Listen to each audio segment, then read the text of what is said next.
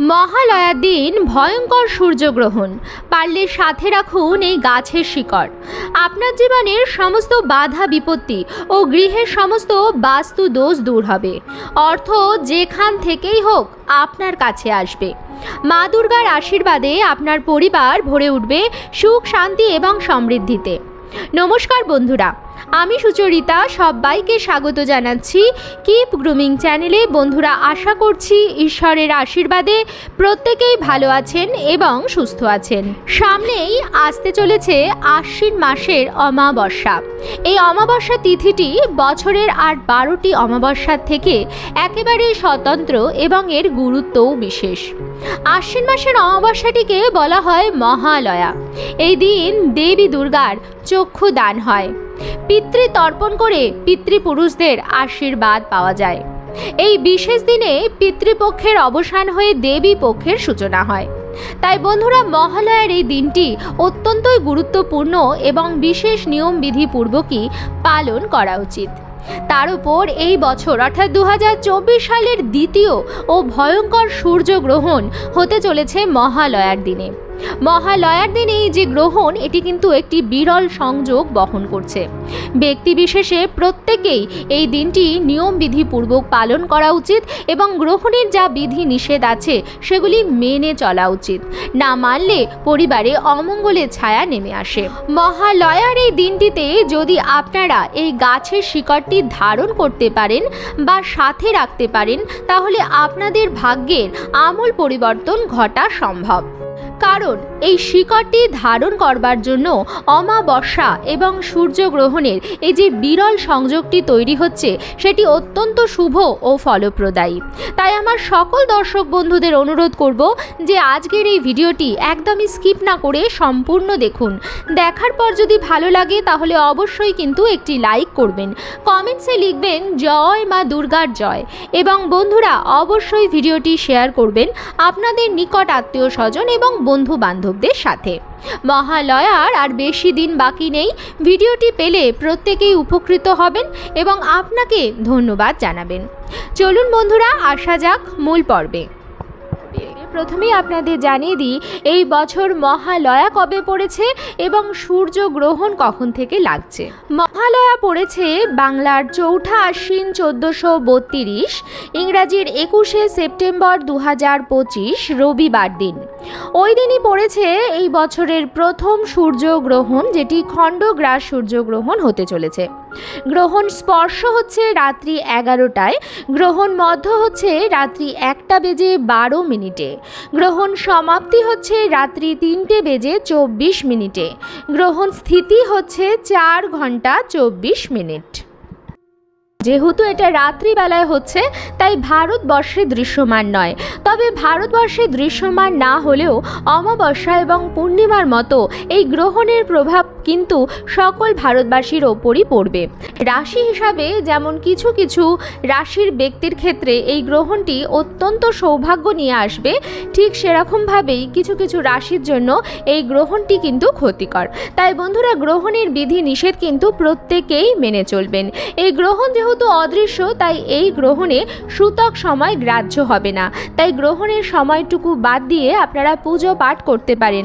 এই দিন মাতৃপক্ষের সূচনা হয়, তাই এই দিন দেবী দুর্গার পুজো অবশ্যই করবেন তার প্রিয় ফুল দিয়ে।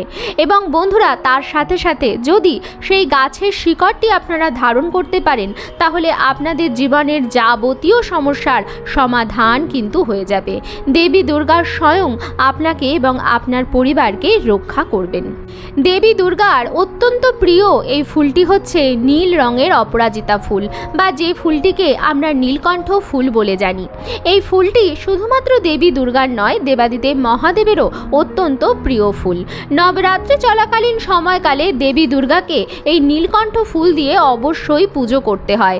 এই ফুল দিয়ে পুজো করলে জীবনে অপরাজেয় থাকা যায়। এই ফুলের গাছটি যে বাড়িতে থাকে সেই বাড়িতে কোনো রকম বাস্তু দোষ হয় না। মহালয়ার দিনে দেবী দুর্গার পুজো আপনারা এই বিশেষ ফুলটি দিয়ে করুন। শুধুমাত্র তাই নয়, আপনার ঠাকুরের সিংহাসনে যা যা দেবী এবং দেবতারা আছেন সবার চরণে আপনারা এই নীলকণ্ঠ ফুল অর্পণ করতে পারেন। সমস্ত দেবী এবং দেবতাদের অত্যন্ত প্রিয় ফুল হচ্ছে নীল রঙের অপরাজিতা ফুল।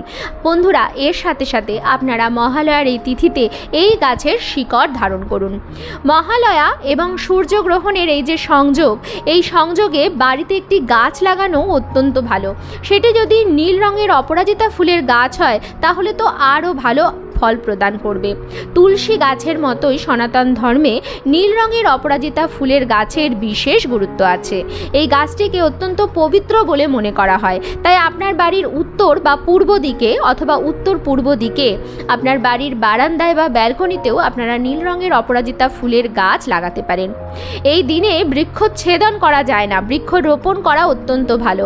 তাই বন্ধুরা, মহালয়া তিথিতে আপনারা এই গাছ একটি লাগাতে পারেন।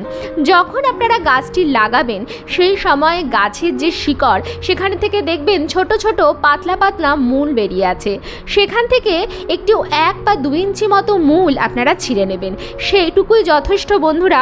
মূলটি বা শিকড়টি ছিঁড়তে গিয়ে আপনারা গাছটি খারাপ করে দেবেন না, কারণ মহালয়া তিথিতে গাছ খারাপ করলে চলবে না, বরঞ্চ বৃক্ষরোপণ করা উচিত। তাই বন্ধুরা, আপনারা বাড়িতে সেই দিন নীলকণ্ঠ ফুলের গাছ লাগাবেন এবং গাছ লাগানোর সময় সামান্য পরিমাণ শিকড় থেকে একটুখানি ছিঁড়ে নেবেন।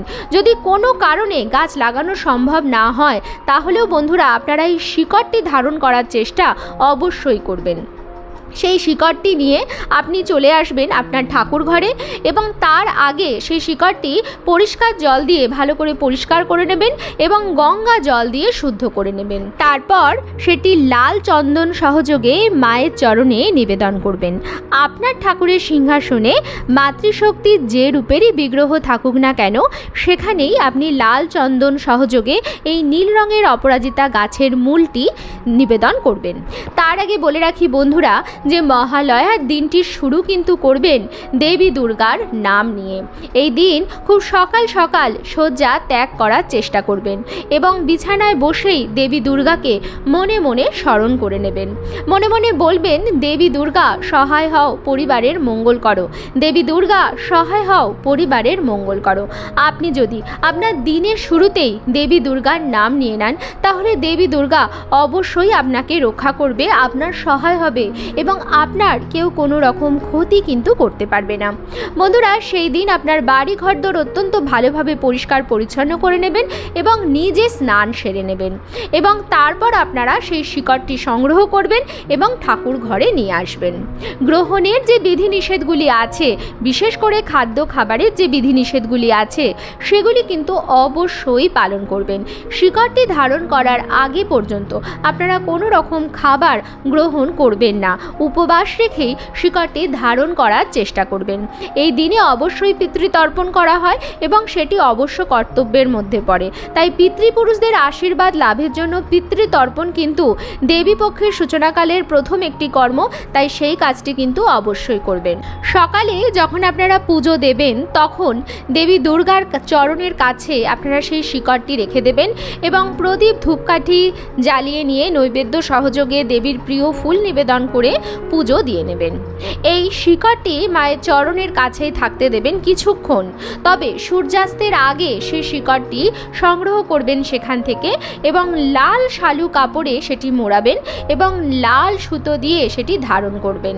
ছেলেরা এই শিকড়টি ডান হাতে এবং মেয়েরা এই শিকড়টি বাম হাতে ধারণ করতে পারেন। তাছাড়া কোমরে বা গলাতেও ধারণ করতে পারেন। যদি কোনো কারণবশত শিকড় ধারণ করার অসুবিধা থাকে তাহলে বন্ধুরা আপনারা সেই লাল শালু কাপড়ে মুড়ে সেই শিকড়টি নিজের মানি ব্যাগ বা পার্সেও রাখতে পারেন। কারণ আপনি যখন বাড়ির বাইরে বেরোবেন তখন আর কিছু থাকুক সাথে বা নাই থাকুক, আপনার পার্স কিন্তু আপনার সাথে অবশ্যই থাকবে।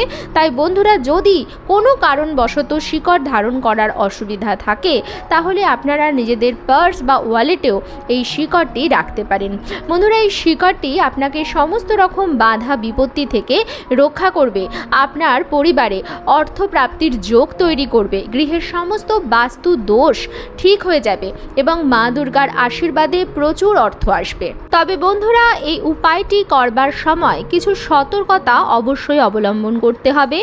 এক তো হচ্ছে যে এটি যখন আপনারা ধারণ করবেন বা যখন নীলকণ্ঠ ফুলের গাছটি থেকে শিকড়টি সংগ্রহ করবেন, এই দুটি সময় যেন আপনাকে কেউ না দেখতে পারে।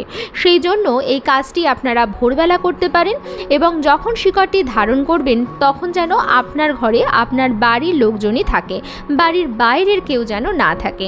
অর্থাৎ এই কাজটি আপনি গোপনে করবেন, তাহলে এটি বেশি ফল প্রদান করবে। শিকড়টি ধারণ করবার পরে কোনো মৃত ব্যক্তির বাড়ি বা শ্মশান বা নির্জন স্থান ইত্যাদি জায়গাতে যাবেন না। এবং বন্ধুরা, এই শিকড়টি ধারণ করবার পরে মঙ্গলবার এবং শনিবারে আমিষ জাতীয় খাবার ভুলেও গ্রহণ করবেন না। যেদিন আপনারা এই শিকড়টি ধারণ করবেন, অর্থাৎ মহালয়া এবং সূর্যগ্রহণের সংযোগের এই যে দিনটি, এই দিনেও কিন্তু কোনো প্রকার আমিষ জাতীয় খাবার বা পোড়া জাতীয় খাবার বা নেশা জাতীয় কোনো জিনিস ভুলেও গ্রহণ করবেন না। এই যে শিকড়টি আপনি সাথে রাখলেন, এটি আপনি রাখবেন কার্তিকী অমাবস্যা পর্যন্ত, অর্থাৎ মহালয়ার দিন থেকে কার্তিকী অমাবস্যা 1 মাস পর্যন্ত আপনারা এই শিকড়টি রাখুন। এর ফলে দেখবেন অত্যন্ত ভালো ফল পাচ্ছেন। নবরাত্রি আপনার জীবনে অত্যন্ত ভালো সুদিন নিয়ে আসছে, আপনার ভাগ্যের আমূল পরিবর্তন ঘটতে চলেছে। আজকের পর্বটি আমি এখানেই শেষ করছি। আশা করছি আজকের ভিডিওটি আপনাদের ভালো লাগলো এবং একটু হলেও উপকারে লাগলো। ভিডিওটি ভালো লাগলে অবশ্যই কিন্তু লাইক, কমেন্টস এবং শেয়ার করবেন বন্ধুরা। আর যদি চ্যানেলে নতুন হন তাহলে অবশ্যই চ্যানেলটিকে সাবস্ক্রাইব করে আমার সাথে থাকবেন। দেখা হবে কিপ গ্রুমিংয়ের নতুন আরও একটি পর্ব নিয়ে। সবাই খুব ভালো থাকবেন, সুস্থ থাকবেন।